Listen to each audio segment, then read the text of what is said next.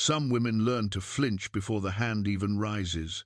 Evelyne had perfected that dance of survival, protecting her unborn child while enduring her husband's rage night after night. In their small village, everyone knew what happened behind Thomas's door, but no one dared interfere with a grieving man's anger.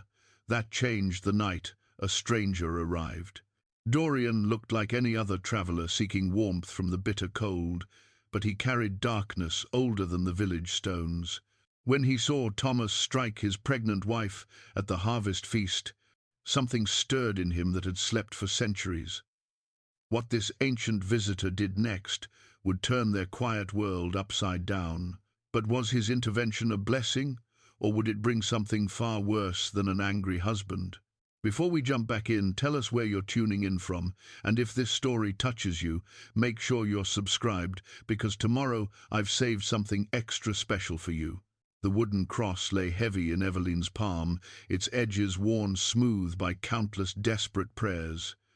She clutched it now, as she had every morning for the past year, whispering words that felt increasingly hollow in the cold air of their cottage. Through the frost-covered window, she could see Thomas already at his forge, his broad shoulders hunched over the anvil where he shaped iron with the same methodical precision he once used to craft horseshoes and farm tools for their neighbours. That was before their son had taken his first and last breath on a winter morning much like this one, before Thomas discovered that ale could dull the sharp edges of grief, at least temporarily. Before his hands, once gentle enough to cradle a newborn, learned to strike with the force of his blacksmith's hammer. Evelyne pressed the cross against her swollen belly, feeling the child within respond with a flutter of movement. This baby would be different, she told herself. This baby would live to see spring, would grow strong and healthy, would perhaps even soften the hardened shell that grief had built around her husband's heart. She had to believe this, because hope was all that kept her moving through each day. The cottage that had once felt warm and inviting now seemed to close in around her like a tomb. The hearth, where she and Thomas had shared quiet evenings, planning for their future, now served mainly to cast shadows that reminded her of all they had lost. The cradle in the corner, carefully crafted by Thomas's own hands, remained empty despite her advancing pregnancy. She couldn't bring herself to prepare it again, couldn't risk the heartbreak of hope dashed against the stones of reality. Their village of Millhaven nestled in a valley where winter arrived early and lingered late, as if the mountains themselves conspired to keep the world locked in perpetual cold. The houses clustered together like frightened animals, their thatched roofs heavy with snow that had fallen weeks ago and showed no signs of melting. Smoke rose from chimneys in thin grey columns, the only sign of life in a landscape that seemed frozen in time. The villagers knew what happened in the blacksmith's cottage. They heard the arguments that grew louder as Thomas consumed more ale. They saw the way Evelyne walked carefully, as if each step might bring pain. They noticed how she pulled her woolen shawl closer around her shoulders, not just against the cold, but to hide the marks that told stories she would never speak aloud. But in Millhaven, as in many small places where survival depended on community cooperation, people had learned to mind their own affairs. The harvest had been meagre this year. Winter promised to be harsh, and everyone had troubles enough without borrowing those of their neighbours. Besides, what happened between a man and his wife was considered private business, even when that business spilled into the public eye. Brother Marcus, the village priest, had spoken with Thomas twice about his drinking and his temper. Both conversations had ended with Thomas storming from the small church, his face dark with rage that had nothing to do with divine intervention and everything to do with a man who could not reconcile his faith with his loss. The priest had tried to counsel Evelyne as well, speaking of patience and duty, of the sanctity of marriage even in troubled times. But his words felt as cold as the stone walls of his church, offering little comfort to a woman who needed practical protection more than spiritual guidance. The other women of the village watched Evelyne with a mixture of pity and relief that her troubles were not their own. They whispered among themselves when they gathered to wash clothes in the stream or tend to their children in the village square. Some spoke of intervention, of banding together to confront Thomas about his behavior. But winter made everyone's life harder, and few had the luxury of energy to spend on problems that were not immediately their own. Margaret, the midwife who had delivered half the children in Millhaven, including Evelyne's first baby, tried to offer what support she could. She brought herbal teas meant to strengthen the unborn child and salves for bruises that Evelyne never admitted to having. Margaret had seen too much in her years of tending to women and babies to be fooled by carefully arranged scarves or explanations about clumsiness. She knew the signs of a woman living in fear, but she also knew the limits of what she could do to help. It was Margaret who first noticed the stranger on the road leading into Millhaven. She had been returning from a difficult birth in the next village over, her bag heavy with the tools of her trade, and her heart heavy with the knowledge that not all births ended with the cries of healthy babies. The snow had begun to fall again, thick flakes that reduced visibility to mere yards, when she saw the figure walking steadily through the storm. He was tall, taller than most men she knew, with dark hair that hung past his shoulders and clothes that marked him as a traveller from distant places. But it was something else about him that made her pause on the road, something in the way he moved with such certainty through the blinding snow, as if he could see clearly while the rest of the world stumbled blind. When their eyes met for a brief moment, she felt a chill that had nothing to do with the weather, a sense that she was looking at someone far older than his face suggested. The stranger had nodded politely and continued on his way toward the village centre, leaving Margaret with questions she couldn't articulate and a feeling that something significant was about to change in their quiet community. Dorian had been walking for longer than most mortals could imagine. Decades had passed since he had settled anywhere for more than a few nights, centuries since he had allowed himself to care about the daily struggles of human existence. He had learned through painful experience that attachment led only to loss, and loss led to the kind of rage that had defined too many years of his immortal life.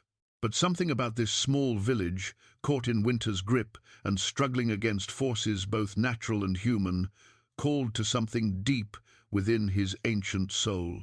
Perhaps it was the way the people here faced their hardships with quiet dignity, or perhaps it was simply that he had grown weary of wandering without purpose.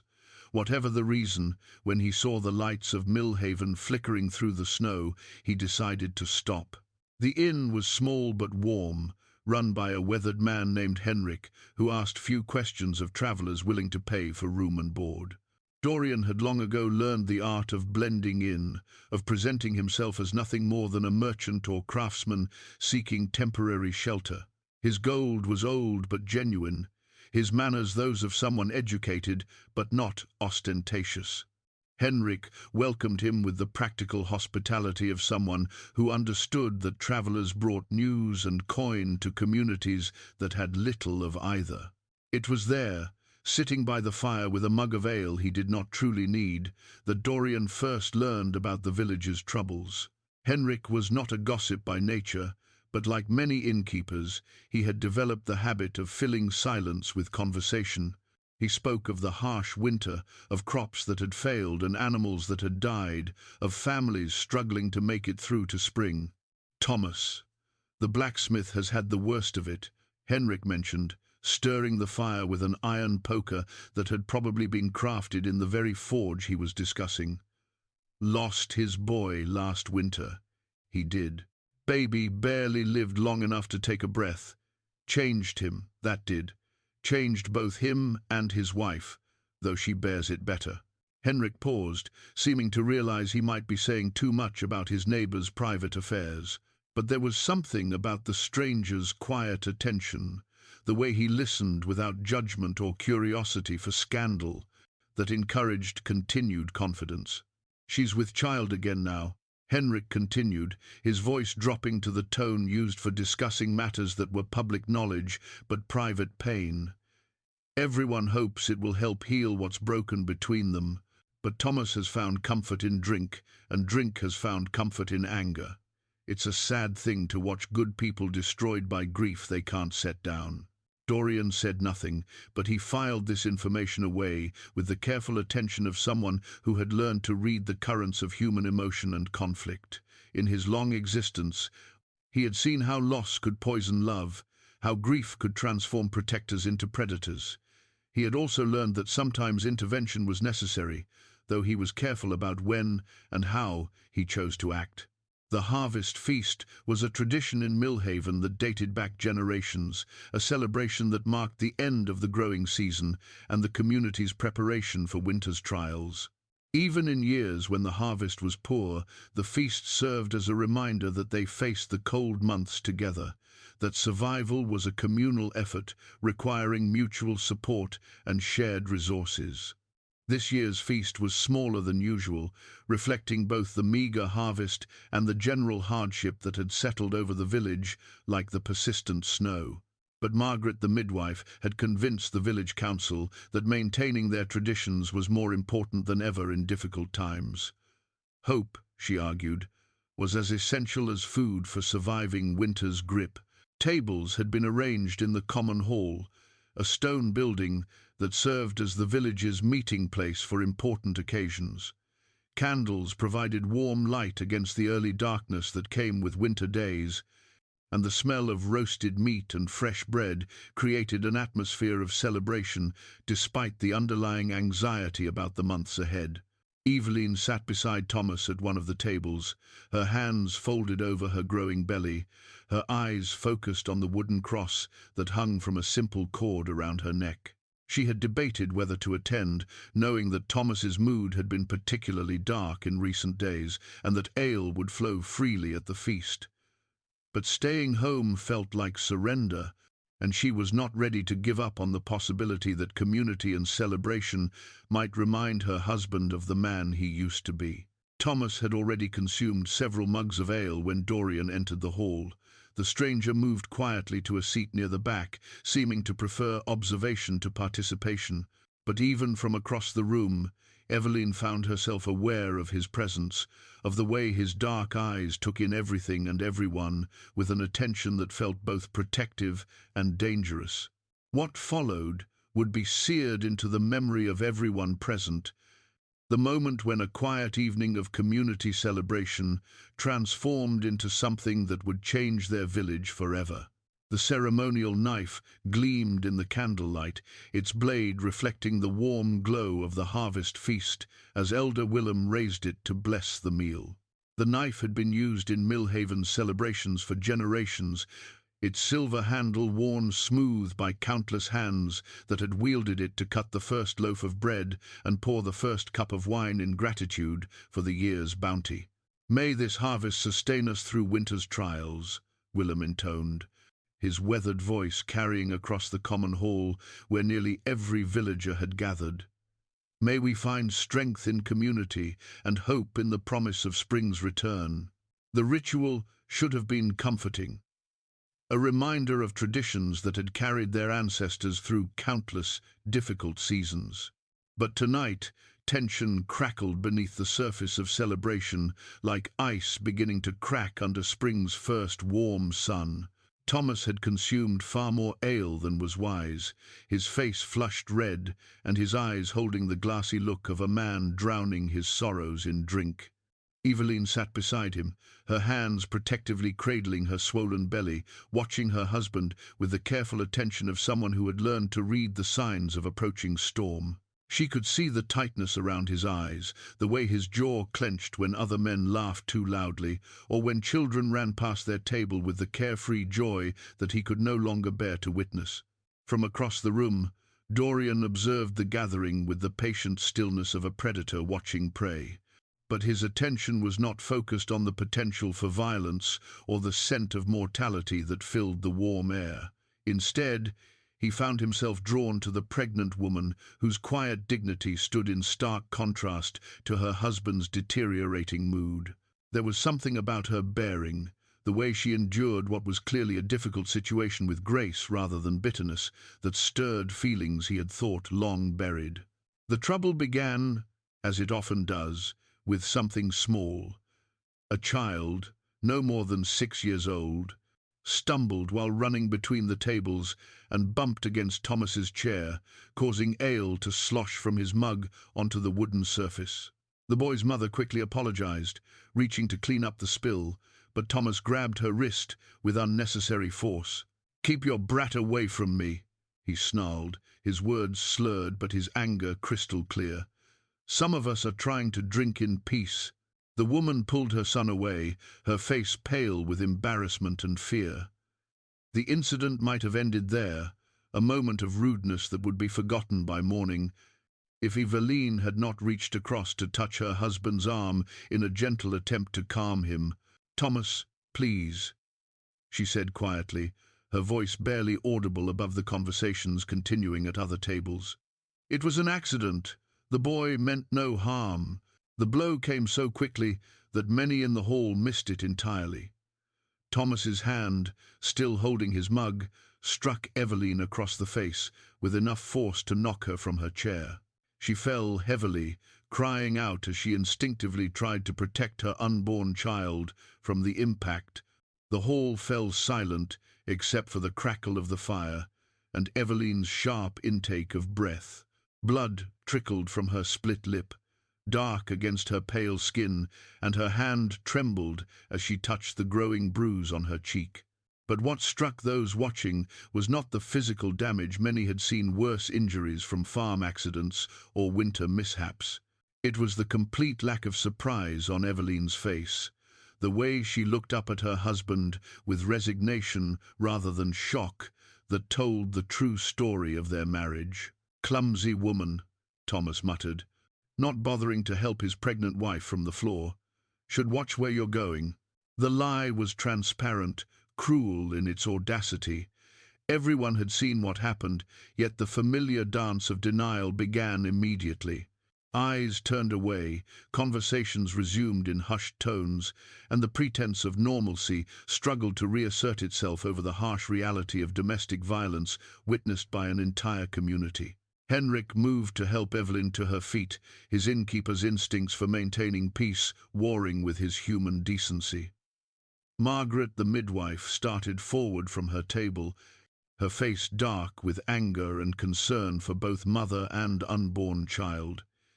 Even Elder Willem seemed uncertain how to restore dignity to an evening that had been shattered by one man's inability to control his rage. But before any of them could act, Dorian rose from his seat. He moved with fluid grace, crossing the room in a few long strides that brought him to where Evelyne still knelt on the rough wooden floor. Without a word, he offered her his hand, helping her stand with a gentleness that contrasted sharply with her husband's brutality. His dark eyes met hers for a moment, and she saw something there that she had almost forgotten existed, genuine concern, unmarked by pity or judgment. "Are you hurt?" he asked, his voice low and calm despite the tension filling the air around them. Thomas lurched to his feet, swaying slightly as the ale made coordination difficult. "Who are you to interfere between a man and his wife?" he demanded, his words carrying the belligerent challenge of someone looking for a fight to channel his inner demons. "This is none of your concern, stranger." Dorian turned to face Thomas, and those close enough to see clearly would later swear that something changed in the stranger's appearance. His eyes seemed to darken, becoming almost black in the candlelight, and when he spoke, his voice carried an authority that made strong men take involuntary steps backward. "When a man strikes a pregnant woman in my presence," Dorian said, each word precise and weighted with meaning, "it becomes my concern." Thomas laughed, but there was no humor in the sound. "Your concern," he repeated mockingly. "And what exactly do you plan to do about it?" What happened next unfolded so quickly that most witnesses would struggle to describe it accurately in the days that followed. Dorian's hand moved to touch Thomas's forehead, a gesture that seemed almost gentle, like a blessing or a caress. But the moment his fingers made contact with the blacksmith's skin, Thomas's expression changed from drunken belligerence to pure terror. The big man staggered backward, his hands clawing at his throat as if he couldn't breathe. His eyes widened with a fear so profound that it seemed to age him years in seconds.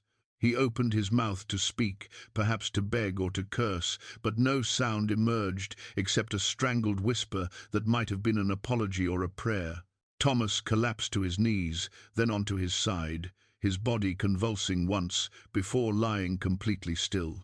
The ceremonial knife, knocked from the table during his fall, lay beside him with its blade now stained red with blood that had appeared from nowhere, dripping from his mouth and nose in dark rivulets that pooled on the wooden floor. The silence that followed was absolute, broken only by the soft crackling of the fire and the distant sound of wind against the hall's shuttered windows. Every person in the room stared at the impossible scene before them, a man dead without any visible cause, and a stranger who stood over him with the calm composure of someone who had done nothing more dramatic than swat a troublesome fly. Dorian knelt beside Evelyne, who had sunk back to her knees, her hands pressed against her mouth in shock. "He will not hurt you again," he said simply, as if that explained everything that needed explaining. "What are you?" she whispered, her voice barely audible even in the profound silence. Dorian looked into her eyes, and for a moment she saw centuries of loneliness and regret, of power used and misused, of a creature who had walked through human history as both guardian and destroyer. "Someone who has seen too much suffering," he answered. "Someone who chose to stop one small piece of it." Elder Willem found his voice first, though it trembled with age and shock. "Thomas is dead." "Yes," Dorian confirmed, without taking his gaze from Evelyne's face. "And his wife and child are safe."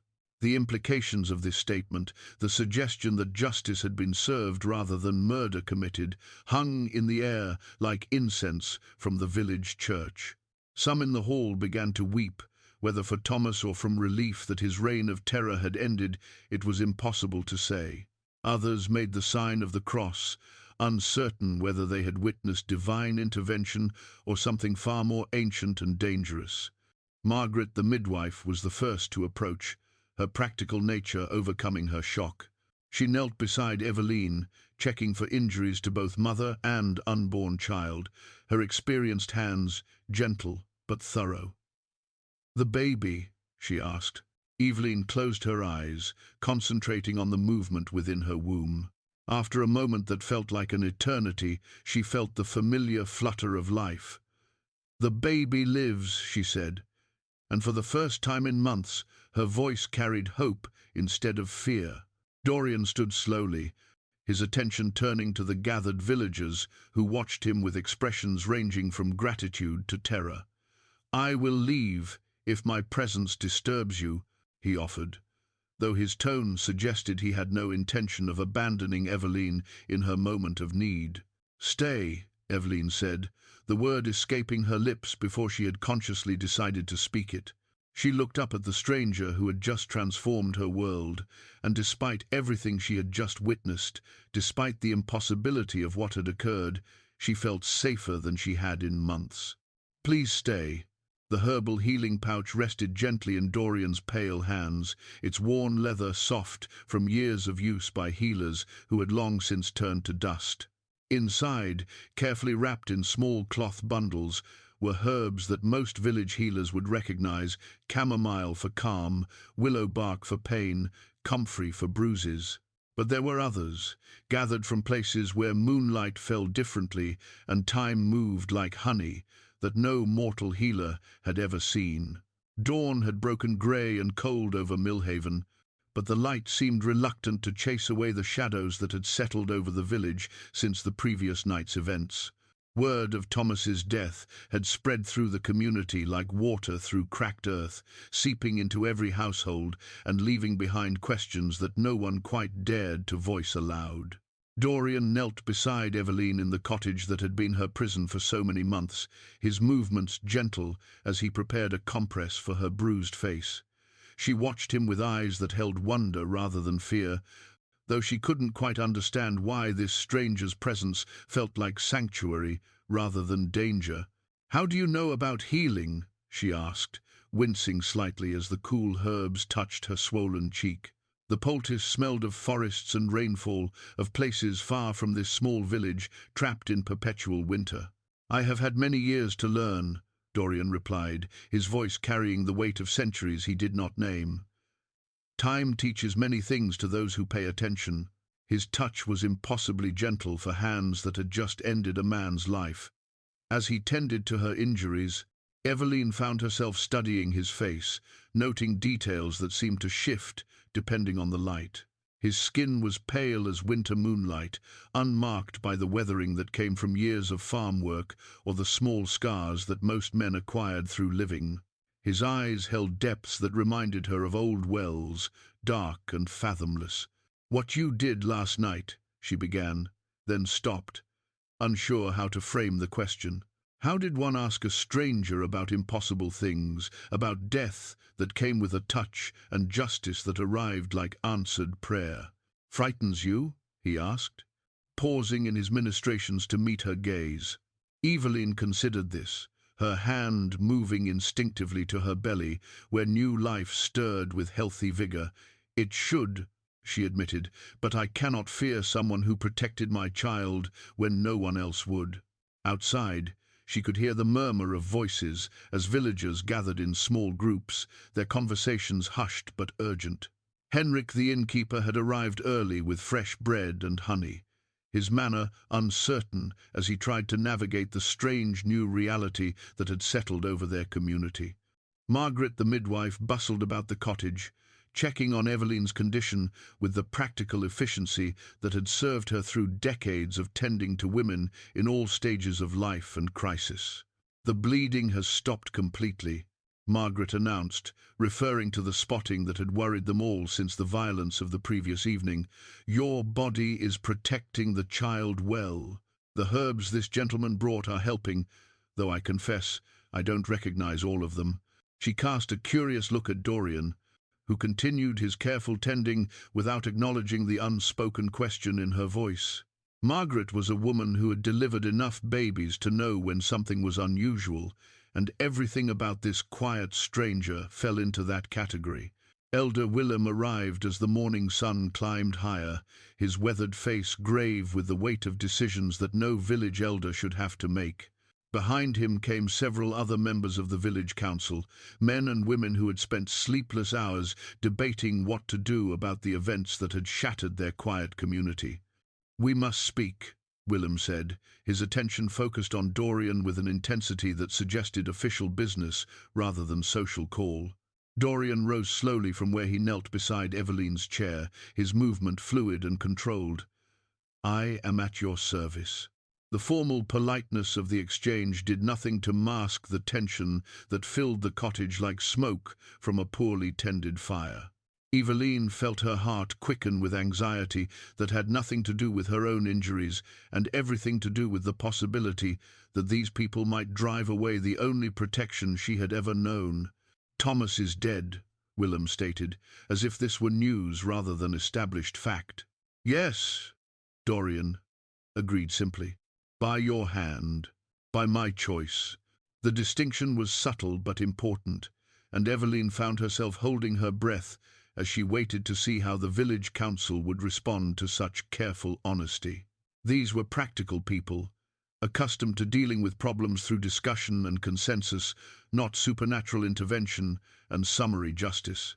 Margaret stepped forward, her voice carrying the authority of someone who had tended to the community's most intimate moments of joy and sorrow. "Thomas was killing his wife slowly," she said, her words blunt with the weight of witnessed truth.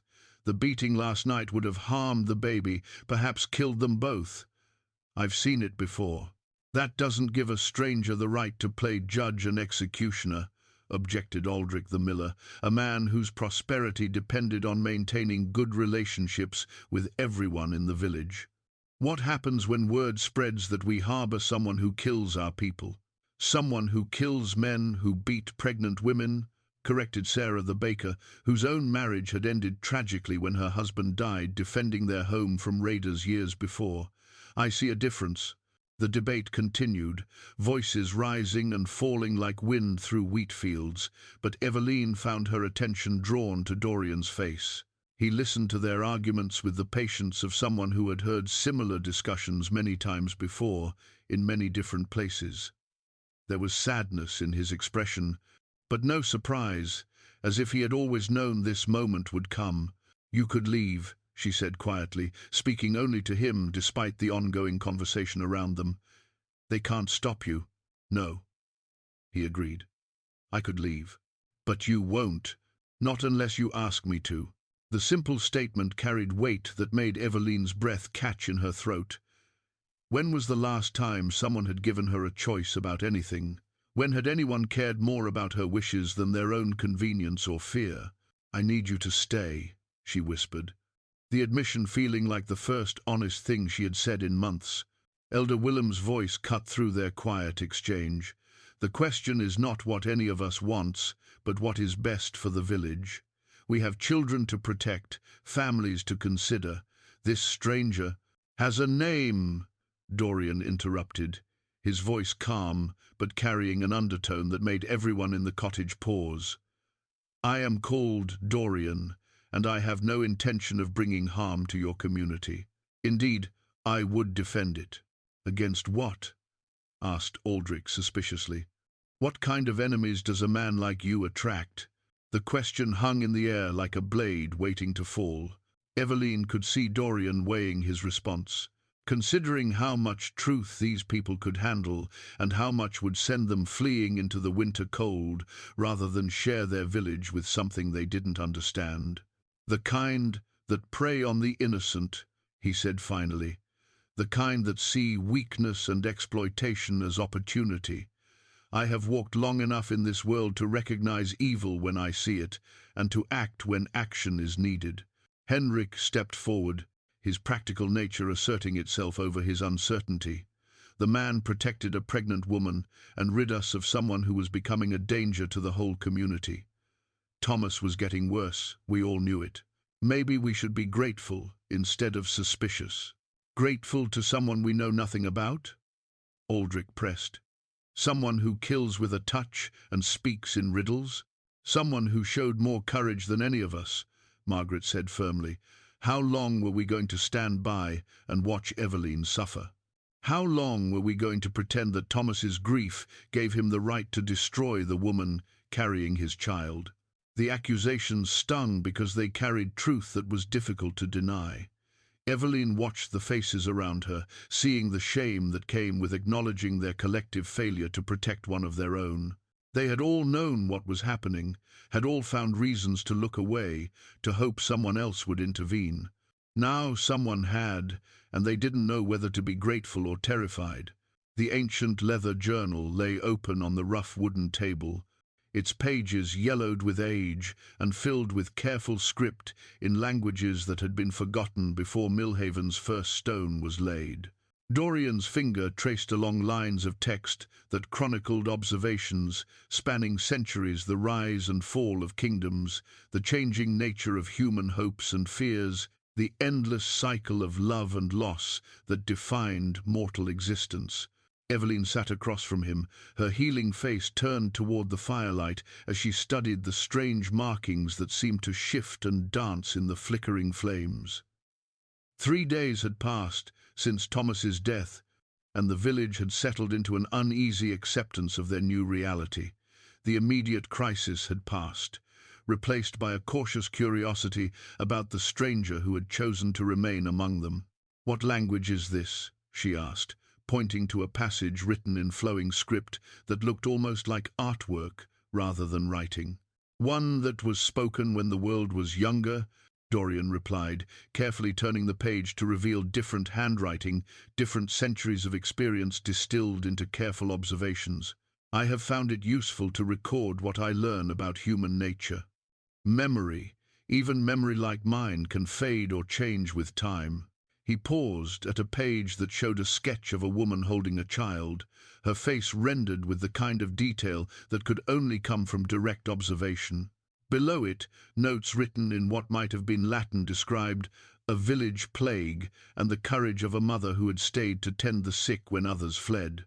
"You draw beautifully," Evelyne observed, studying the image with the appreciation of someone who understood that such skill required years to develop. "She looks real enough to speak." "She was," Dorian said quietly. "Her name was Maria. She died saving children who were not her own during a sickness that swept through her village like wildfire. That was perhaps 80 years ago, in a place much like this one." The weight of his words settled between them like stones dropped into still water, creating ripples of understanding that reached far beyond the simple story he had shared.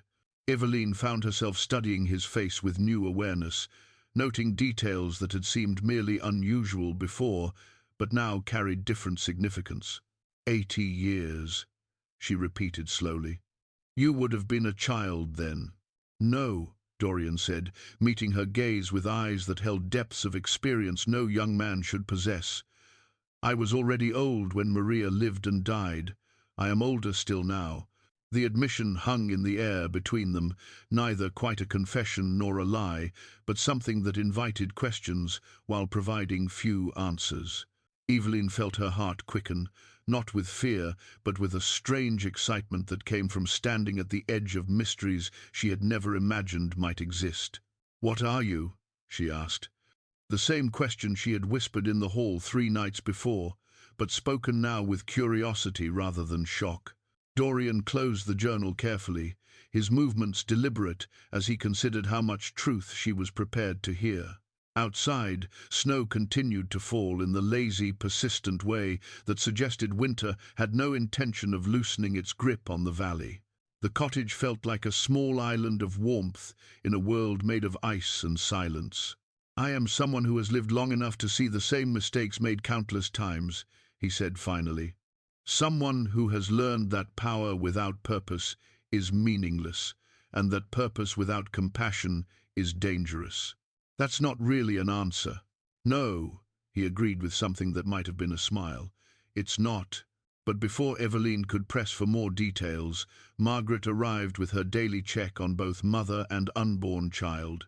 The midwife had appointed herself unofficial guardian of Evelyne's health, taking her duties seriously in the way of someone who had seen too many pregnancies end in tragedy to leave anything to chance. "How is the pain today?" Margaret asked, her experienced hands checking for signs of swelling or other complications. "Better," Evelyne replied truthfully. The herbs Dorian had provided had worked with remarkable speed, reducing both the visible bruising and the deeper aches that had plagued her for months. "I feel stronger than I have in weeks." Margaret nodded approvingly, but her attention kept drifting to Dorian with the sharp focus of someone trying to solve a puzzle. "These herbs you've been using," she said to him, "they're not all local varieties. Some I've never seen before." "I am a traveller," Dorian replied. "I have gathered remedies from many places." "And you just happen to have everything needed to treat injuries from a beating?" The question carried implications that made the cottage feel suddenly smaller. Margaret was not accusatory by nature, but her profession had taught her to notice patterns and ask difficult questions when the health of her charges was concerned. "I have found that violence against women is sadly common," Dorian said, his voice carrying a weight of experience that made the observation feel like testimony rather than assumption. "I make it my practice to be prepared." Margaret studied his face for a long moment, her expression thoughtful rather than suspicious. "How many women have you helped?" "More than I care to count, fewer than needed my help." The honesty of this response seemed to satisfy something in Margaret's practical nature. She had spent decades tending to the victims of men's anger, had seen enough broken bones and frightened faces to recognize genuine compassion when she encountered it. Whatever mysteries surrounded this stranger, his care for Evelyne was beyond question. "The baby is thriving," she announced, changing the subject with the efficiency of someone accustomed to managing difficult conversations. "Strong heartbeat, good movement. The stress of recent events doesn't seem to have caused any lasting harm." Evelyne felt a wave of relief wash over her, followed immediately by a joy so pure it brought tears to her eyes. For months, she had lived in terror that Thomas's violence would somehow poison the life growing within her, that her child would pay the price for its father's rage. Now, for the first time, she allowed herself to truly hope that this baby might not only survive, but thrive. When? She asked, the question encompassing everything from birth timing to her own readiness to face motherhood alone. Late spring, if I'm reading the signs correctly, Margaret replied. This little one seems determined to wait for warmer weather before making an appearance. Dorian looked up from his journal, and Evelyne caught something in his expression that made her breath catch a longing so profound it seemed to transform his entire face. In that moment, she saw not the mysterious stranger with impossible abilities, but someone who had been alone for so long that the simple idea of new life and family touched something deep within his ancient soul. "You'll stay?" she asked, the words escaping before she could consider their full implications. "If you want me to." "I do." The admission felt like stepping off a cliff into unknown territory, but Evelyne found she had no desire to take it back. "I want you to stay." Margaret watched this exchange with the knowing expression of someone who had witnessed the beginning of many unlikely partnerships. Love, she had learned, arrived in many forms and rarely announced itself with fanfare. Sometimes it crept in quietly, disguised as protection or gratitude, only revealing its true nature when two people finally stopped looking over their shoulders long enough to see what was growing between them. The silver locket rested warm against Evelyne's palm, its delicate surface tarnished with age, but still beautiful in the way that only treasured objects can be. She had carried it close to her heart for over a year, too painful to open, too precious to abandon. Now, as snow began to melt outside the cottage windows and the first hints of spring touched the air, she found the courage to share its contents with the man who had become her unexpected sanctuary. "His name was Samuel," she said quietly, her thumb tracing the locket's intricate engravings as she prepared to open it for the first time since the burial. "He lived for 3 hours, long enough for me to hold him, to tell him how much he was loved." Dorian sat beside her on the wooden bench Thomas had built during happier times, his presence steady and comforting in a way that still surprised her. Over the weeks since that terrible night in the hall, he had become woven into the fabric of her daily life with such natural ease that she could barely remember what it felt like to face each day in fear. The locket opened with a soft click, revealing a miniature portrait painted with exquisite skill on ivory. The baby's face was peaceful, eyes closed as if in sleep, surrounded by the kind of careful detail that spoke of a parent's desperate need to preserve every precious feature. Below the portrait, a lock of fine dark hair was secured with silk thread that had once been white but had yellowed with time and tears. "He was beautiful," Dorian said, his voice carrying the gentle reverence of someone who understood that he was being trusted with sacred grief. "Thomas couldn't bear to look at the portrait after the funeral," Evelyne continued, her words coming slowly as she navigated memories that still carried the power to wound. "He said it hurt too much, that we needed to let go and move forward. But I couldn't. Samuel was real, he lived, and someone should remember that." She closed the locket carefully, but did not put it away. Instead, she held it between them like an offering, a piece of her heart made visible and vulnerable.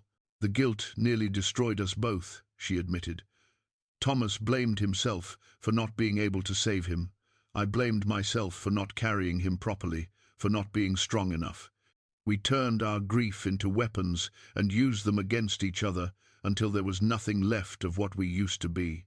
Dorian listened with the patient attention of someone who had witnessed centuries of human sorrow, who understood that grief was a landscape that had to be crossed, step by step, stone by stone. His own losses stretched back through decades and centuries, people he had cared for who had aged and died while he remained unchanged, communities he had protected that had crumbled to dust, loves that had withered under the weight of his immortal nature.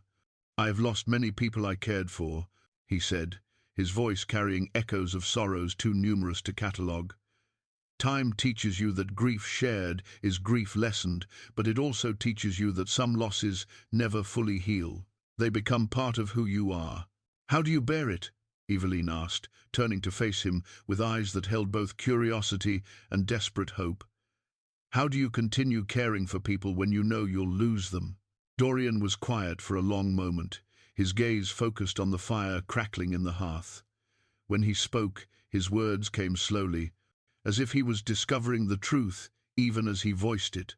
"Because the alternative is to become something hollow," he said finally. "I spent decades trying to protect myself from loss by refusing to care, by keeping distance between myself and mortal concerns.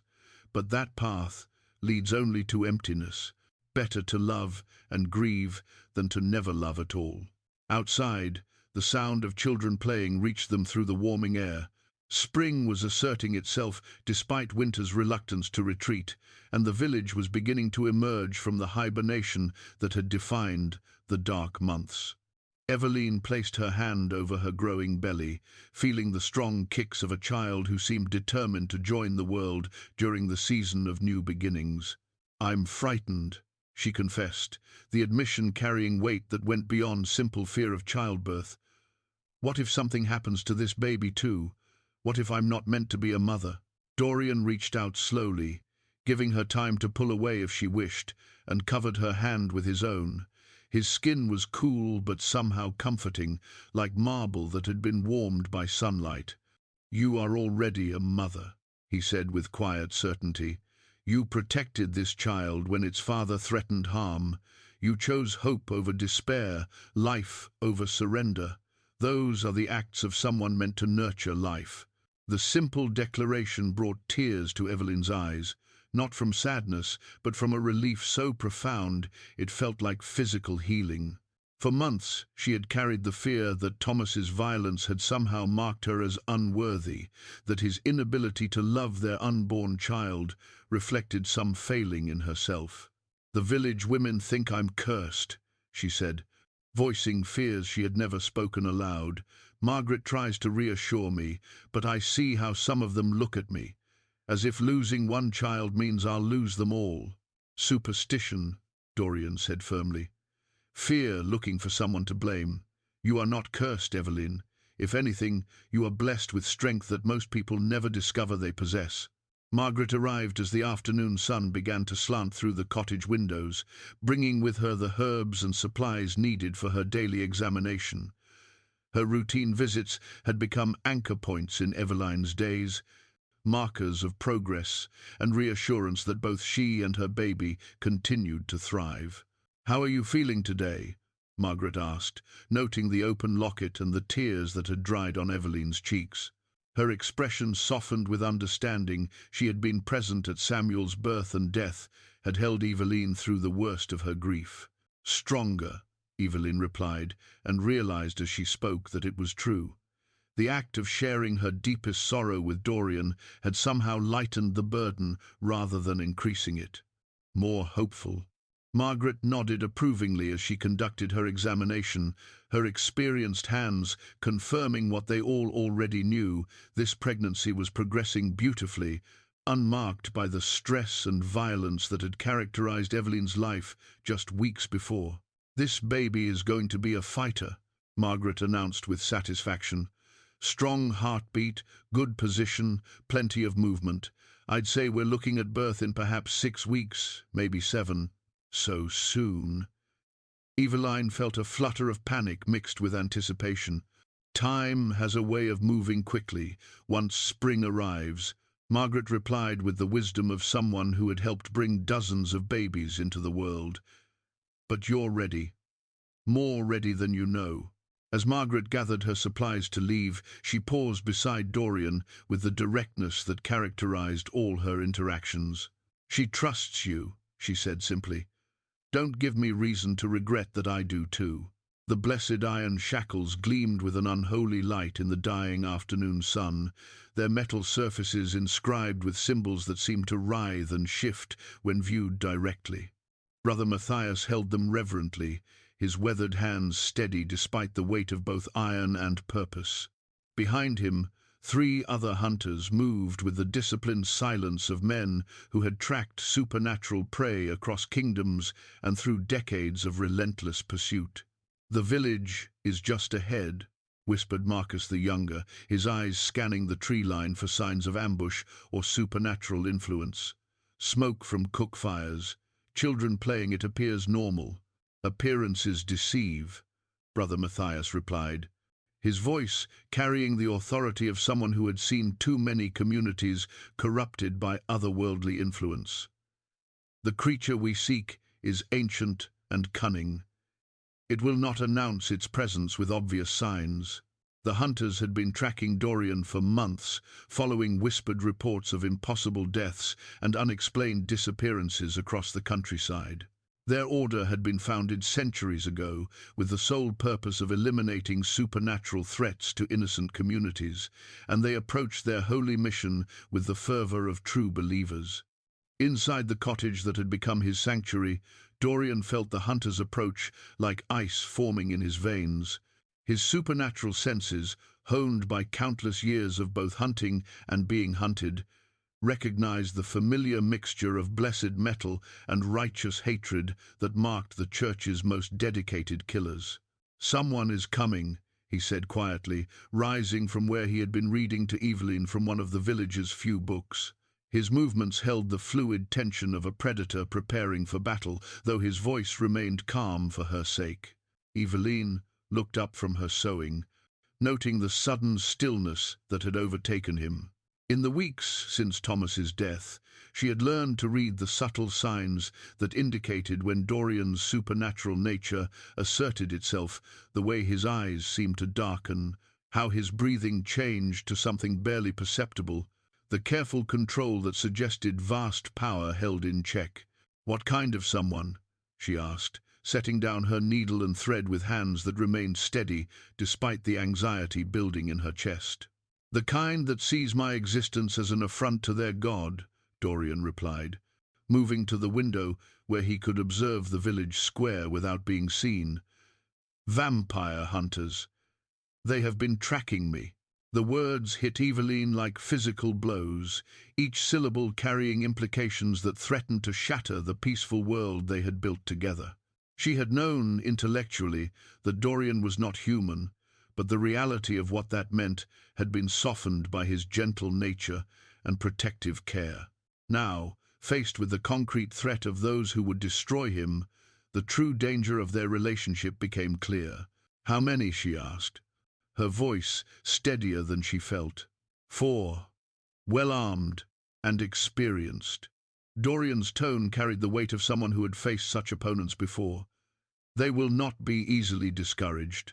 Margaret burst through the cottage door without her usual polite knock, her face flushed with exertion and worry. "There are strangers in the village," she announced breathlessly. "Armed men asking questions about mysterious deaths and supernatural activity." Henrik tried to turn them away, but they're not listening. Before anyone could respond, the sound of approaching footsteps reached them through the cottage walls. Heavy boots on frozen ground, moving with the purposeful stride of men who had found their quarry. Dorian positioned himself between the door and Evelyne, his stance protective despite the obvious futility of trying to shield her from forces that could level the entire village if necessary. The door opened without ceremony, and Brother Matthias stepped into the cottage with the confidence of someone accustomed to being welcomed or feared in equal measure. His grey robes bore the symbols of his order, and the blessed shackles hung from his belt like a promise of divine judgment. "Dorian of the Northern Wastes," he said formally, his voice carrying the weight of official accusation, "you stand accused of numerous murders and corrupting influences against innocent communities. Will you come peacefully, or must we resort to force?" "I have committed no crimes in this place," Dorian replied, though his tone suggested he held little hope that reason would prevail over religious fervor. "The death of Thomas the blacksmith says otherwise," Brother Matthias countered. Witnesses describe his impossible death, the way life simply fled from him at your touch. Such powers are an abomination before God. Evelyne struggled to her feet, her advanced pregnancy making sudden movement difficult, but her voice carried clear across the tense cottage. "Thomas was beating me," she said, each word distinct and sharp as broken glass. "He was killing his unborn child through violence, and none of you would have stopped him. A man's discipline of his wife is not cause for supernatural intervention," Brother Matthias replied, his attention never wavering from Dorian. "Human problems require human solutions." "Human solutions failed," Margaret interjected, stepping forward with the authority of someone who had tended to the victims of such failures. "We all knew what was happening, and we all chose to look away. This man did what we should have done ourselves." The hunter's expression remained implacable, unmoved by arguments that held no weight against centuries of doctrinal certainty. "The creature you defend is not a man," he said. "It is a parasite that feeds on human blood and corrupts everything it touches. Its very presence endangers your immortal souls." Dorian took a step forward, drawing the hunter's attention fully to himself and away from the women who had spoken in his defense. "If you seek me, then face me directly," he said. "Leave these people out of our conflict." "There is no conflict," Brother Matthias replied, his hand moving to the blessed shackles at his belt. "There is only the will of God and those who oppose it." The cottage fell silent, except for the crackling of the fire and Evelyne's carefully controlled breathing. She could see the tension building like pressure before a storm, could sense that violence was only moments away. But instead of fear, she felt a fierce protectiveness rise within her, a maternal instinct that extended beyond her unborn child to encompass the man who had saved them both. "He protected me when no one else would," she said, her voice carrying across the room with surprising strength. "Whatever you think he is, whatever your books tell you about his kind, I know what he chose to do when he saw injustice." "You have been corrupted by his influence," Brother Matthias said with what might have been pity. "The creature's power extends beyond physical strength to encompass mental and spiritual manipulation. You cannot trust your own feelings." "Then I cannot trust anything," Evelyne replied fiercely. "Because my feelings tell me that this man is good, that he has shown me more kindness than any human ever did." The accusation hung in the air like incense, sharp and challenging. Dorian found himself moved by her defense, even as he recognized its futility against opponents who saw complexity as corruption and mercy as manipulation. Outside, the sound of the village gathering reached them through the cottage walls. Voices raised in confusion and concern as word spread of the hunter's presence and purpose. The ancestral bloodline scroll unfurled like a map of destiny across Margaret's kitchen table, its parchment so ancient that it seemed more shadow than substance in the flickering candlelight. The ink had faded to a brown, the color of dried blood, and the family tree it depicted stretched back through generations to names that belonged more to legend than history. At the very top, written in a hand that trembled with age or fear, was a name that made Brother Matthias's face go pale. Lydia the Purifier, founder of the sacred hunt. "This cannot be," he whispered, his weathered fingers tracing the bloodline that connected that legendary figure to a very specific entry near the scroll's bottom. The Brightwater line was ended centuries ago. Margaret stood beside him, her own face grim with the weight of knowledge she had carried alone for too many years. "The line was hidden, not ended," she corrected. "When the last of the great vampire houses were destroyed, some of our people chose to disappear rather than continue the endless cycle of hunting and being hunted." Evelyne sat motionless in her chair, staring at her own name written in Margaret's careful script at the very bottom of the scroll. Above it, a family history she had never known existed, stretched back through centuries of vampire hunters, monster slayers, and guardians of the mortal world. Her mother's maiden name, Brightwater, had always seemed simply pretty to her.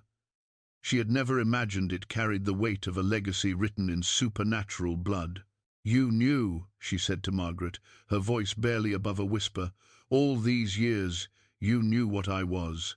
"I knew what you could have been," Margaret replied carefully. "Your mother chose a different path. She fell in love with a blacksmith's son and decided that some legacies are better left buried. I promised her I would never tell you unless the knowledge became necessary for your survival." Dorian stood near the cottage's window, his supernatural senses alert to the hunters who surrounded the building, but his attention focused entirely on the woman whose true nature had just been revealed.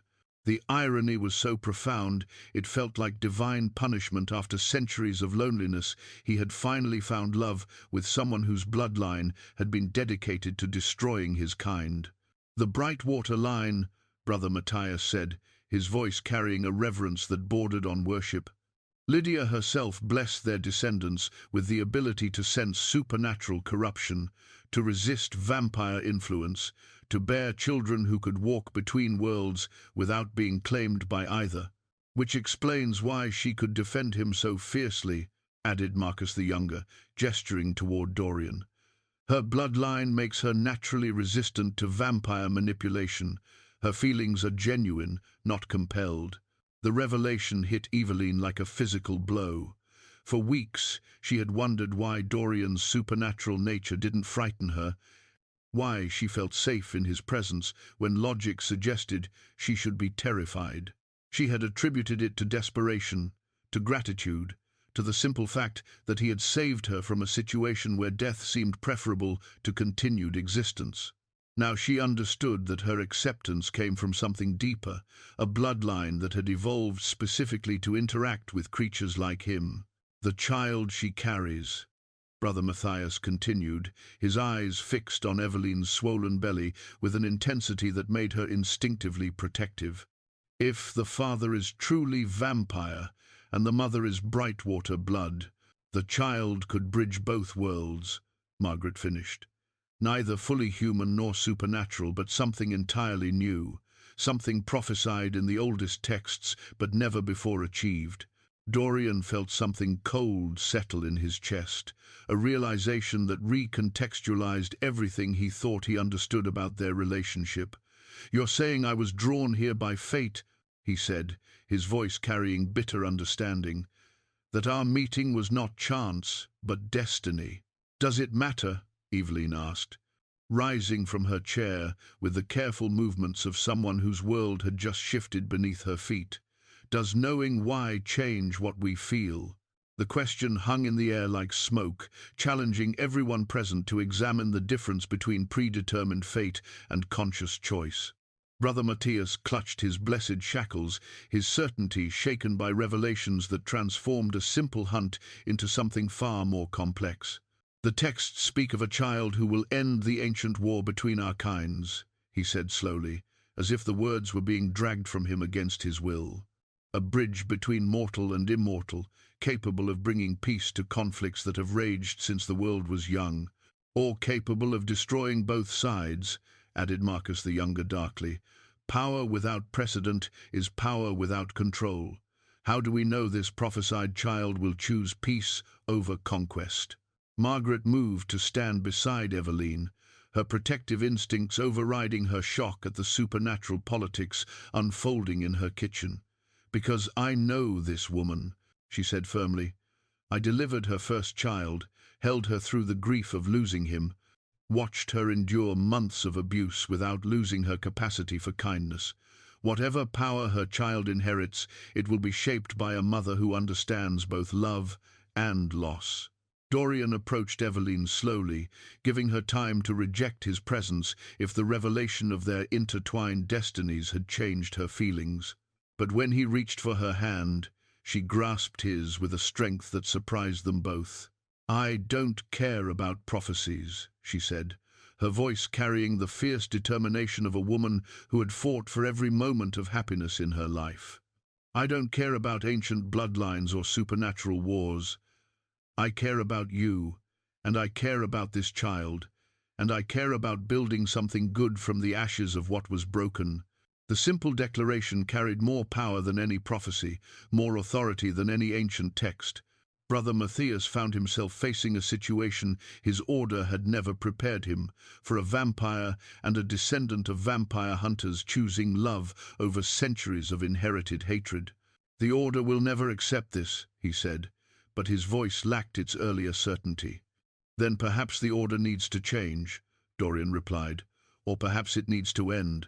Outside, the sound of the village gathering grew louder as word spread of the confrontation taking place in Margaret's cottage. Henrik, the innkeeper, could be heard arguing with someone, his voice raised in defense of the man who had rid them of Thomas's violence. Sarah, the baker, was organizing other women to bring food, as if hospitality could somehow solve supernatural conflicts. "They don't understand what's happening," Margaret observed, gesturing toward the sounds of community debate filtering through the cottage walls. "To them, this is simply about protecting someone who protected one of their own." "Maybe that's all it needs to be," Evelyne suggested. "Maybe the grand prophecies and ancient bloodlines matter less than simple human decency." Brother Matthias looked from the scroll to the woman carrying the prophesied child, to the vampire who had chosen protection over predation. Everything he had been taught suggested that this situation was an abomination that threatened the natural order. But everything he observed suggested something far more complex: two beings choosing to love despite the forces arrayed against them. "The child will be born soon," he said finally, his hand moving away from his blessed shackles for the first time since entering the cottage. "Yes," Margaret confirmed, "within weeks, perhaps sooner given the stress of recent events. And then we will see whether prophecy leads to salvation or destruction." Dorian met the hunter's gaze steadily. "We will see whether love is stronger than fear," he corrected. "Whether choice can overcome destiny." The cottage fell silent as each person present contemplated the implications of what they had learned.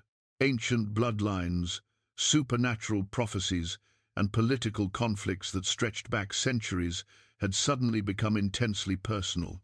A woman carrying new life, a vampire seeking redemption, and hunters sworn to destroy what they now learned might be humanity's salvation. Evelyne felt the child move within her, strong kicks that seemed to respond to the tension filling the room. Whatever power this baby inherited, whatever role it was destined to play in supernatural politics, she was determined that it would be born into love rather than conflict. "Stay or go," she said to the hunters, her voice carrying the authority of someone speaking for both herself and the life she carried. "But if you stay, you will be welcome in my home only as long as you remember that this child is wanted and loved, regardless of what ancient books say about its significance." The ultimatum was clear, and for the first time in his decades of hunting supernatural threats, Brother Matthias found himself uncertain about which choice would serve the greater good. The consecrated birthing stones lay arranged in a perfect circle on the cottage floor, each one carved with symbols that predated the village by centuries and hummed with power that made the hair on every person's arms stand upright. Margaret had retrieved them from a hiding place beneath the old church, wrapped in blessed cloth that had protected them through decades of waiting for exactly this moment. The stones themselves seemed to glow with inner light, responding to the presence of the child who carried both vampire and hunter blood in equal measure.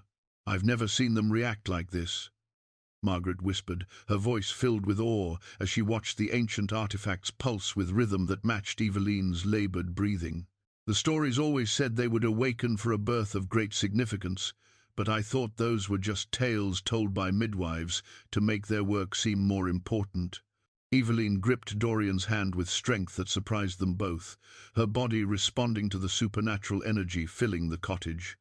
Her labor had begun suddenly, triggered perhaps by the stress of revelation and confrontation, and progressed with an intensity that suggested this child would not wait for careful planning or ideal circumstances.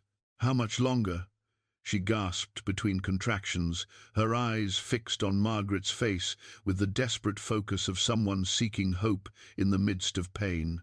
"Soon," Margaret replied, though her expression carried concern that she tried to hide from her patient. "This baby seems determined to arrive ahead of schedule, and with the stones responding as they are." She trailed off, uncertain how to explain that they were moving into territory where her decades of experience as a midwife might prove inadequate. Brother Matthias knelt beside one of the glowing stones, his weathered hands hovering over its surface without quite touching. The heat emanating from the ancient artifact was intense enough to warm the entire cottage, despite the early spring cold outside.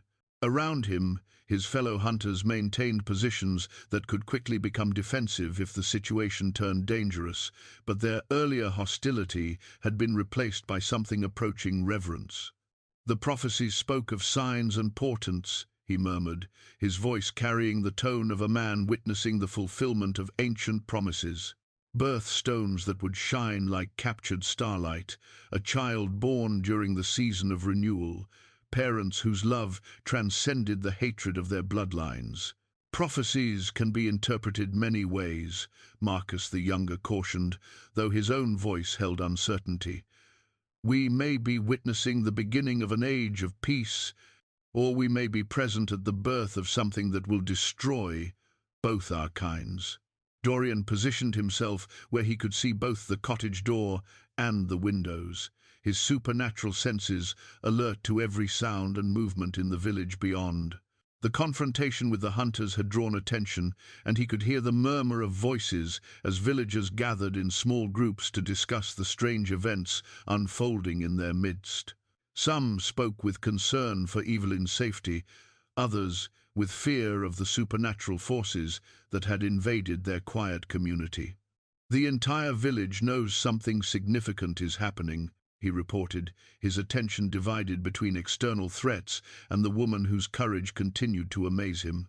"Henrik is trying to keep people calm, but rumors are spreading about prophecies and supernatural births." "Let them talk," Evelyne said through gritted teeth, as another contraction seized her. "This child will be born among people who care about our family, not in hiding like some shameful secret." The simple declaration carried profound implications that were not lost on anyone present. For centuries, supernatural births had been hidden from mortal communities, conducted in secret to protect both mother and child from those who would view such offspring as abominations. But Evelyne was choosing openness over secrecy, community support over isolated safety. Margaret checked the baby's position with practiced efficiency, her expression growing more concerned with each examination. "The child is positioned correctly," she announced, "but the birth energy is unlike anything I've experienced. It's as if the baby is drawing power from both parents simultaneously." Dorian felt the drain immediately, a pulling sensation that reminded him of the way his vampiric abilities operated, but in reverse. Instead of taking energy from others, he found his own supernatural strength being called upon to support the child's emergence into the world. The sensation was not painful, but it was profound enough to make him understand that this birth was far more than a simple biological process. "Is it harming you?" Evelyne asked, noticing the change in his expression despite her own distress. "No," he assured her, though he wasn't entirely certain. "It feels like the child is borrowing what it needs from both of us." Brother Matthias looked up from his contemplation of the glowing stones, his face grave with understanding. "The texts describe this," he said slowly, "a supernatural birth that requires contributions from both parents, human resilience and immortal strength combined to create something entirely new." "And if one parent cannot provide what's needed," Margaret asked, her midwife's pragmatism cutting through prophecy to focus on immediate concerns, "then neither mother nor child survives," Brother Matthias replied with brutal honesty. "The old stories are filled with failed attempts to bridge supernatural bloodlines." The cottage fell silent, except for Evelyne's labored breathing and the subtle humming of the consecrated stones. Outside, the sound of approaching footsteps indicated that the village's unofficial council was gathering. Henrik, Elder Willem, Sarah the baker, and others who had appointed themselves guardians of their community's welfare. "They're coming to help," Margaret observed, recognizing the voices of women who had assisted at difficult births before. "Word has spread that this is no ordinary delivery." Sure enough, Sarah appeared at the cottage door carrying clean linens and fresh water, followed by 3 other village women whose own children had been delivered by Margaret's skilled hands. They moved with the efficiency of people who understood that birth was both intimate and communal, requiring both privacy and support. "What do you need?" Sarah asked Margaret directly, her tone suggesting she was prepared to provide whatever assistance was required, regardless of supernatural complications. "Prayer," Margaret replied honestly, "and patience. This child is choosing its own timeline." Elder Willem arrived with several other village men, their faces showing concern mixed with protective determination. The revelation of Evelyne's heritage and the prophetic significance of her child had transformed the village's view of recent events. What had begun as scandal, a pregnant woman defended by a mysterious stranger, had become something far more important. "The whole village is talking," Willem reported to no one in particular. "Some are frightened by talk of prophecies and supernatural births. Others are saying this could bring honor to Millhaven, that we might be remembered for hosting something historically significant." "And what do you say?"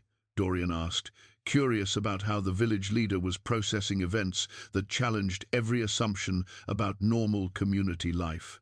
"I say that Evelyne is one of our own," Willem replied firmly.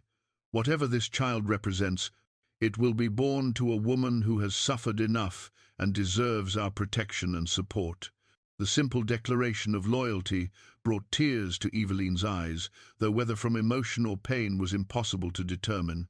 Another contraction seized her, stronger than the previous ones, and the consecrated stones responded by pulsing with light, bright enough to illuminate every corner of the cottage. "The birth approaches," Margaret announced, her voice carrying both excitement and anxiety. "Everyone not directly involved needs to give us space to work." Most of the men withdrew to the cottage's main room, though Dorian remained at Evelyne's side, despite Margaret's pointed look. Brother Matthias stayed as well, his knowledge of supernatural births potentially crucial if complications arose. "I can feel the child's power," Dorian said quietly, his voice filled with wonder. "It's unlike anything I've encountered, neither purely vampire nor purely human, but something that encompasses both while transcending the limitations of either." "The bridge between worlds," Brother Matthias murmured, his earlier hostility completely replaced by scholarly fascination. "If the prophecies are true, this child could end centuries of conflict between our kinds." "Or create new conflicts we can't imagine," Evelyne gasped, then immediately looked stricken at having voiced such fears. "Then we'll face them together," Dorian assured her, his hand steady and strong in hers. "Whatever this child becomes, it will be raised with love and guided by wisdom." The cottage filled with supernatural energy as the moment of birth approached, the consecrated stones now glowing so brightly that candlelight became unnecessary. Everyone present could feel the significance of what was happening, not just the birth of a child, but the potential beginning of a new chapter in the relationship between mortal and immortal worlds. Margaret positioned herself for the delivery, her experienced hands steady despite the unprecedented circumstances. Around her, the village women maintained supportive positions, while the hunters and village men waited in tense anticipation. And, at the center of it all, Evelyne prepared to bring forth a child whose very existence would challenge everything the world thought it knew about the boundaries between human and supernatural.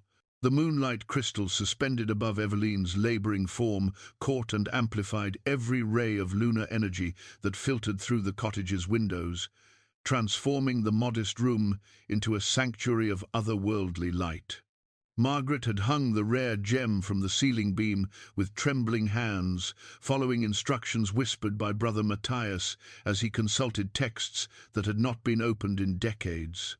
The crystal pulsed with silvery radiance that seemed to breathe in harmony with Evelyne's contractions, drawing power from the full moon that blessed this moment of supernatural birth.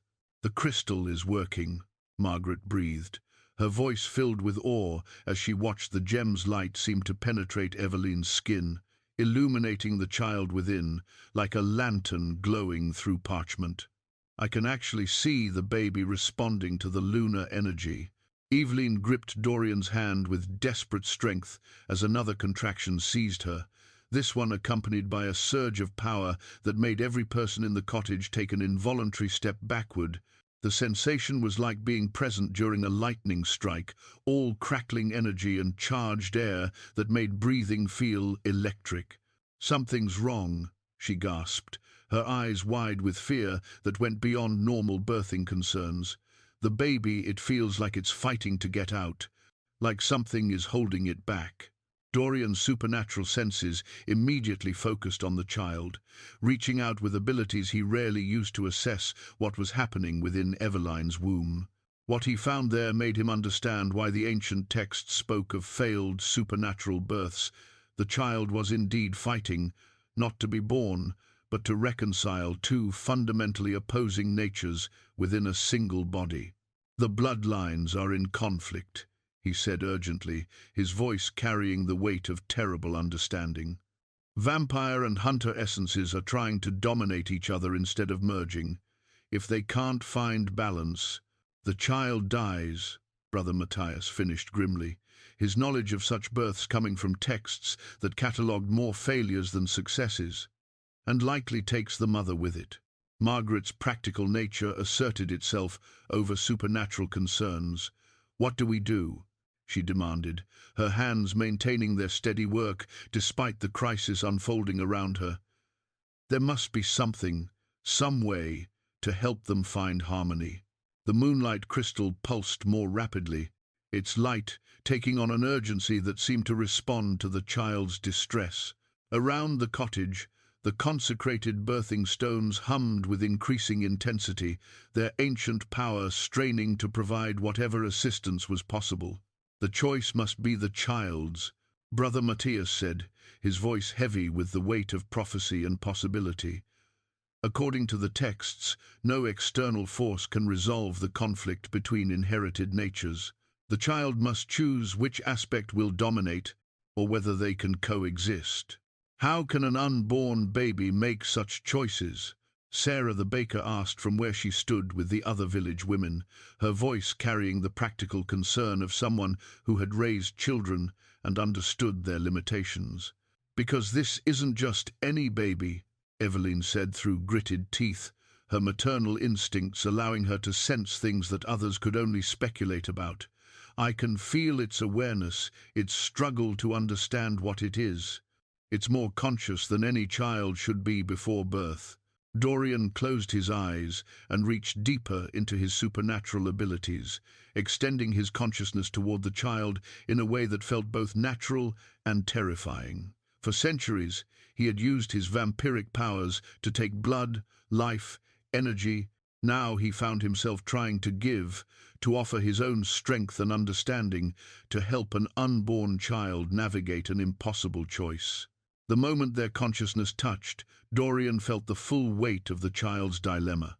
Two distinct sets of instincts warred within the tiny form the vampires need to dominate and consume, and the hunter's drive to protect and preserve. Each bloodline carried centuries of hatred for the other, genetic memories of conflict and destruction that the child was inheriting along with supernatural abilities. "I can reach it," Dorian said, his voice strained with the effort of maintaining the connection. "But I can't make the choice. I can only show the child that there's a third option." "What option?" Margaret asked, her hands never pausing in their work despite the supernatural drama unfolding around the birth. "Love," Evelyne whispered, her voice carrying sudden understanding. "Not domination or destruction, but the choice to be something new entirely." She reached out with her own consciousness, following the path Dorian had opened, and suddenly the child was no longer alone in its struggle. Both parents surrounded it with their presence, showing through their own example that vampire and hunter could choose cooperation over conflict, protection over predation. The effect was immediate and profound. The moonlight crystal blazed with silver fire as the child's internal war began to resolve, not through the victory of one side over the other, but through the creation of something unprecedented, a being that embodied the strengths of both bloodlines while being enslaved to the weaknesses of neither. "It's working," Margaret cried, her voice filled with joy as she felt the baby shift into proper position for birth. "The child is coming." Around them, the cottage filled with light as every supernatural artifact responded to the moment of transformation. The consecrated stones sang with harmonious energy. The moonlight crystal cast rainbows across the walls, and in the center of it all, Evelyne prepared to bring forth a child who would redefine what was possible between mortal and immortal worlds. The birth was finally ready to begin in earnest.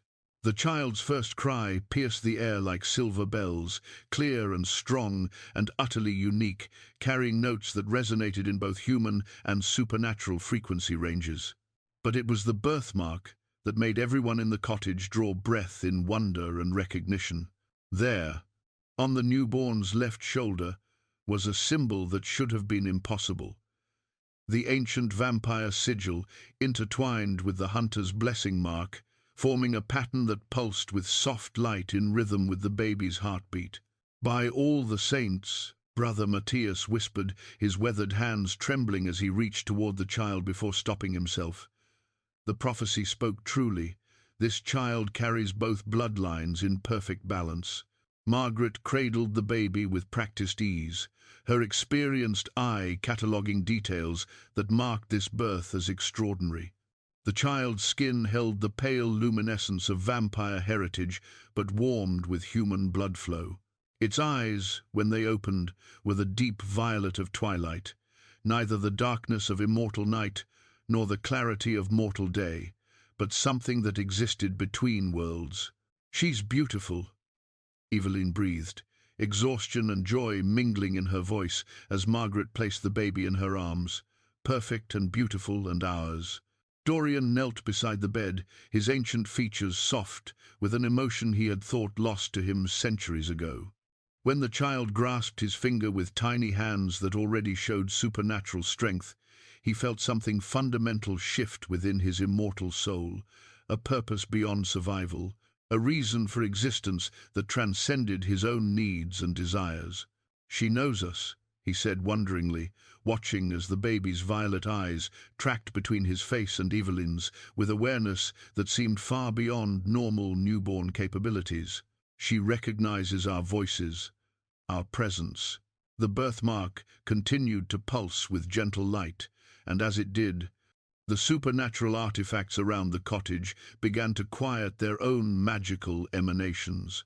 The moonlight crystal's blazing radiance softened to a warm glow.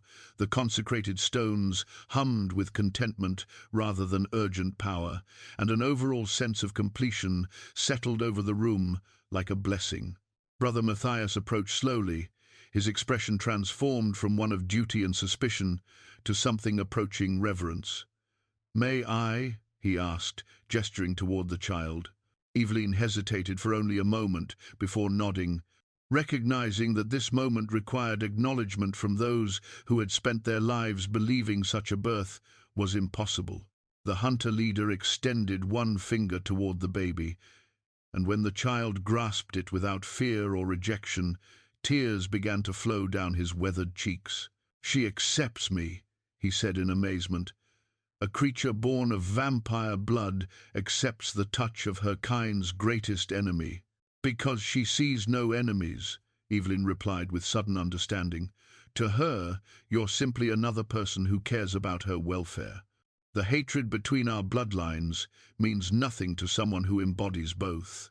Marcus the Younger stepped forward, his young face reflecting the same wonder that had overcome his leader. "The war truly can end," he said, his voice carrying the weight of someone witnessing the impossible. "If she can bridge our kinds, perhaps others can learn to do the same." Outside the cottage, the gathered villagers had grown quiet as news of the successful birth spread through their ranks. Henrik the innkeeper was the first to approach the door, his practical nature overcoming any lingering concerns about supernatural complications. "Is all well?" he called softly. "The mother and child, they are healthy?" "More than healthy," Margaret replied, opening the door to reveal the scene within. "They are perfect." The villagers filed past in small groups, each offering their quiet congratulations and marveling at the child, who already seemed to watch the world with unusual intelligence. Sarah the baker brought fresh bread, still warm from her ovens. Elder Willem offered the villagers formal blessing on the newest member of their community. Even the children, sensing something special about this birth, approached with uncharacteristic solemnity. "What will you name her?" asked one of the village women, her voice carrying the kind of respectful curiosity reserved for momentous occasions. Evelyne looked at Dorian, and in that glance, centuries of conflict and suffering seemed to dissolve into possibility and hope. "Hope," she said simply. "Her name is Hope."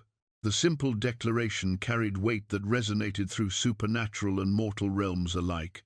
Brother Matthias bowed his head in acknowledgement of a name that proclaimed the child's true purpose, not as a weapon in ancient wars, but as a symbol of what could be achieved when love transcended inherited hatred. "Hope," he repeated, testing the name and finding it perfect. "May she live up to all that her name promises." Dorian gathered both mother and daughter in his arms, his supernatural strength allowing him to hold them with the gentleness they deserved. For the first time in centuries of existence, he felt truly alive, not merely surviving from one night to the next, but living with purpose and joy that made immortality feel like a gift rather than a curse. The cottage filled with quiet celebration as the village community welcomed its newest member.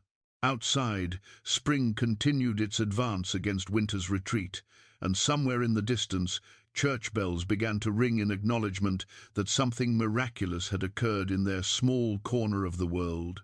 The ancient war between vampire and hunter had not ended with violence or conquest, but with the birth of a child who proved that love could create bridges where hatred had built only walls.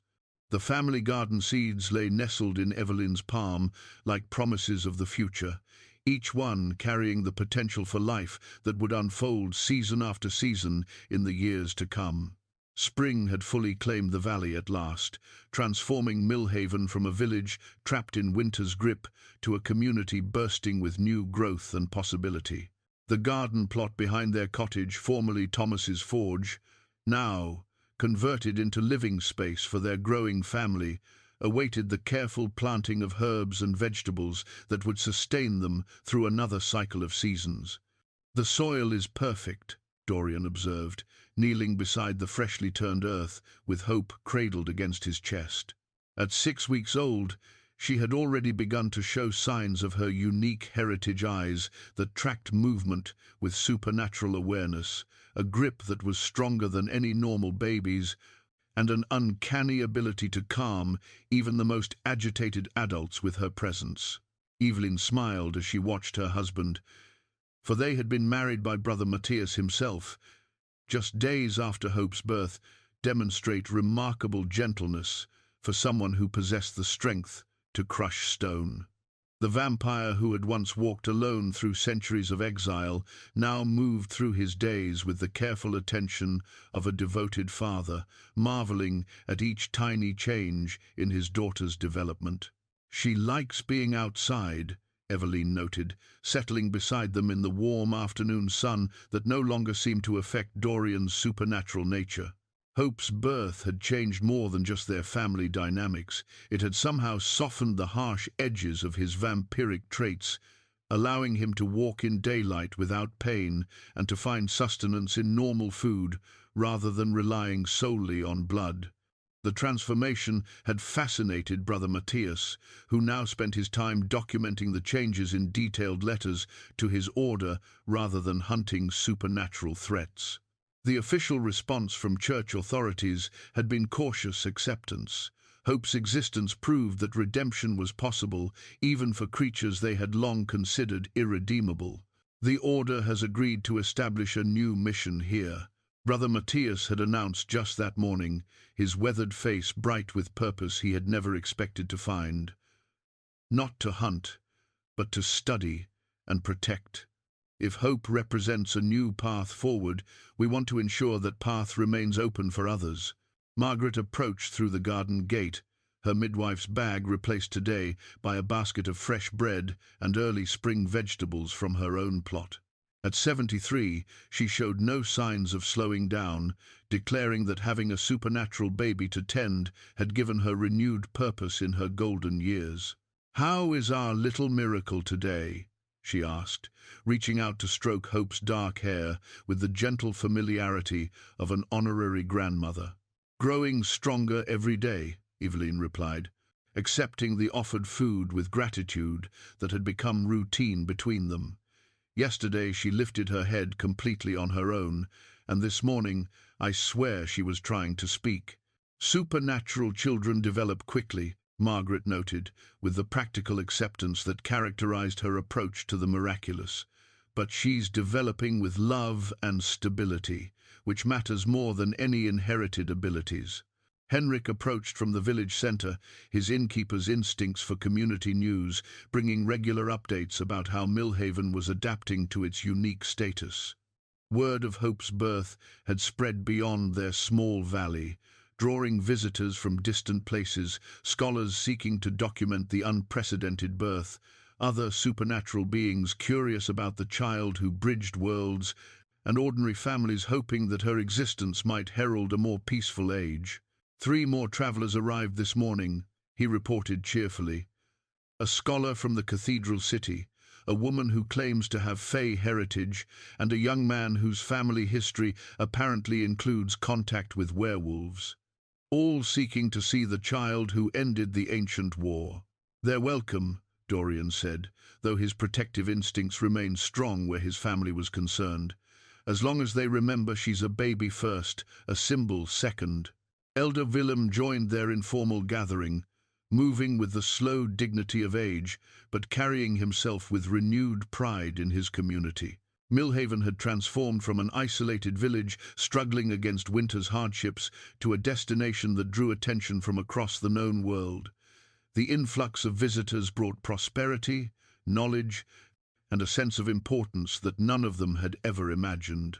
"The new inn construction is progressing well," Willem reported.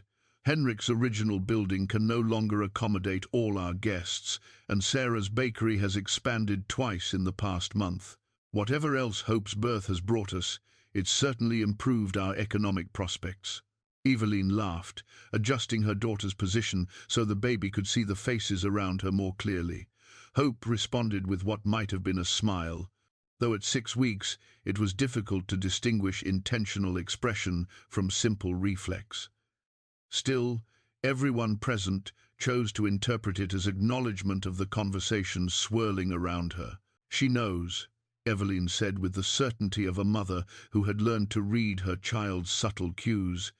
"She understands that she's special, but she also knows she's loved just for being herself." The garden planting continued as afternoon sunlight slanted through the trees that were finally budding with new leaves. Each seed went into the earth with the careful attention of people who understood that growth required patience, proper conditions, and faith in outcomes that might not be visible for months. As evening approached, the small gathering dispersed to their various homes and responsibilities, leaving the new family to enjoy the quiet peace that had replaced the fear and uncertainty that once defined their existence. Dorian and Evelyne sat on the bench outside their cottage, Hope sleeping peacefully between them, watching the sun set over a valley that had been transformed by love into something approaching paradise. "Do you think she'll be happy?" Evelyne asked, the question encompassing all the hopes and concerns that came with raising a child whose very existence challenged the natural order. "I think she'll be loved," Dorian replied, his voice carrying the weight of someone who had learned the difference between the two. "And from love Happiness has a way of growing naturally. The first stars appeared in the darkening sky as hope stirred in her sleep, her violet eyes opening briefly to meet her parents' gaze, before closing again with the contented sigh of a child who knew herself to be completely safe.